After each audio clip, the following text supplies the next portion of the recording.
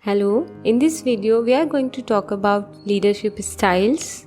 So as we know that people are born with several innate qualities and on the top one can have the leadership quality. As a powerful and effective leader persuade the people around to do the certain task in the desired manner.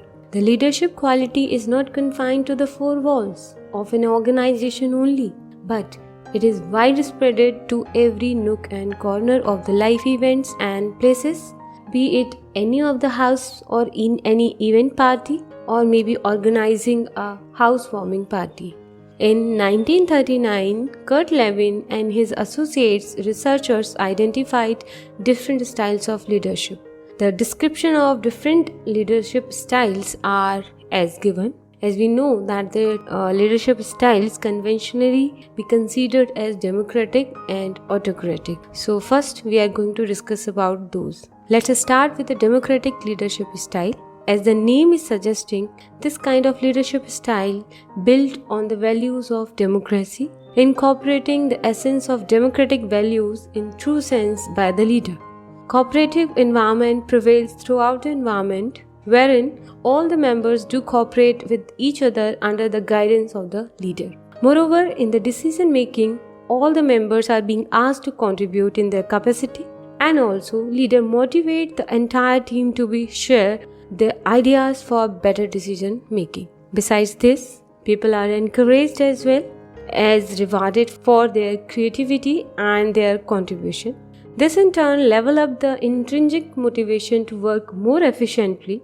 Adding to this, the importance of this type of leadership is being researched around the world and found that this is the predictor of higher productivity and loyalty among the employees. Now we are going to discuss about the researcher's view on the leadership style.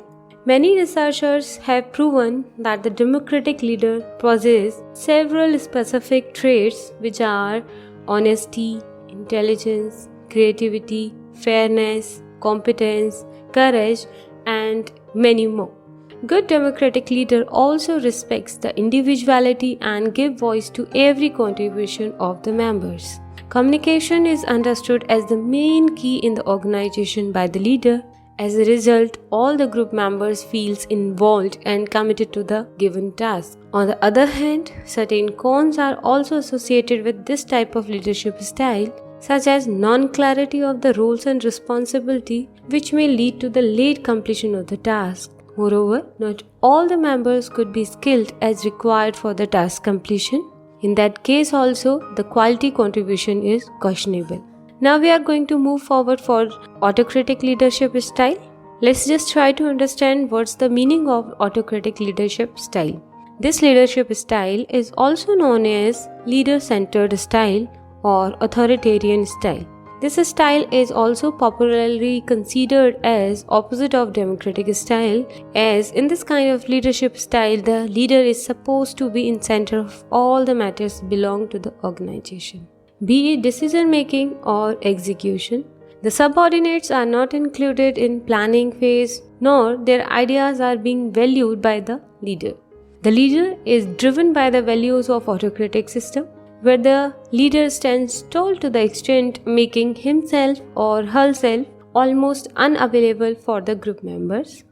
Thus, one-sided communication prevails in the environment. The leader practices the close and strict supervision of the subordinates on regular basis, making it even more difficult to the workers to work independently and democratically. In addition to this, members are always being imposed with the decisions and drive through the fear and punishment. The autocratic leader wants to accomplish the task through the use of autocracy. Now we are going to talk about certain advantages and disadvantages associated. This leadership style also has certain pros and cons. Considering the pros of autocratic leadership style, quick decision making can be observed as the leader without consulting others has to take the decision, thus saving the time and also keeping the confidential matters secret. Adding to this, since the subordinates are always under close supervision of centralized authority, so the chances of error are quite feeble.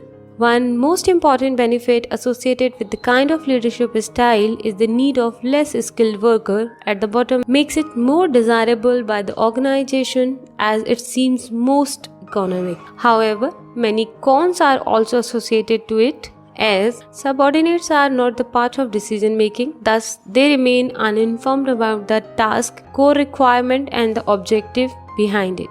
Person assigned with the responsibility is being never consulted for the consent, thus making it most inhuman approach since they are being forced to follow the commands of the leader. By never being the part of planning, the subordinates' creative minds remain unused, which is the wastage of human resources. The success of any task entirely depends upon the skill sets of the leader only, making it a bit risky. So if we conclude, the most important con of this leadership style is that the human is not valued. Now we are moving to the another type of leadership style which is considered as laissez-faire leadership style. This is in between the democratic and autocratic leadership style. The definition of laissez-faire according to the Merriam-Webster dictionary is a practice characterized by a usually deliberate abstention from the direction. This definition clearly indicates that in this type of leadership style, the leader remains unreasonably absent from the task planning as well as execution part and leave all up to the employees just by assigning the task to them. Afterwards, no follow-up shall be made from the manager to the task assigned. The chances of the success are more in this type of leadership style only if the employees are self-motivated and are skilled to take care of the task on their own. Additionally, the passion of employees creates the conducive environment which is essential for individual growth. Now moving forward for the advantages and the disadvantages associated with this kind of leadership style. The benefit of this type of leadership style could only be counted if the manager is well aware of the potentialities of his or her team. Moreover, his type of leadership also empowered the employee's self-concept, confidence, in turn improving the productivity overall. Besides this, in this kind of environment, the employees would be fully satisfied with their job as they get independence and recognition. However, few demerits can also be counted, such as this type of leadership style won't work if the employees are not knowledgeable, experienced, expert, or skilled, which is very important if we are thinking of completing the task within the stipulated time, and that too without any guidance of leader. In addition to this, the general human tendency is not to be on toes always or until someone is supervising them to complete the project, which clearly lacks here. Thus, detachment of the leader from the group as well as the task can result in less cohesiveness and also less commitment from the employees. So this is all about the three type of leadership style. What are the certain disadvantages and advantages associated with it? Thank you.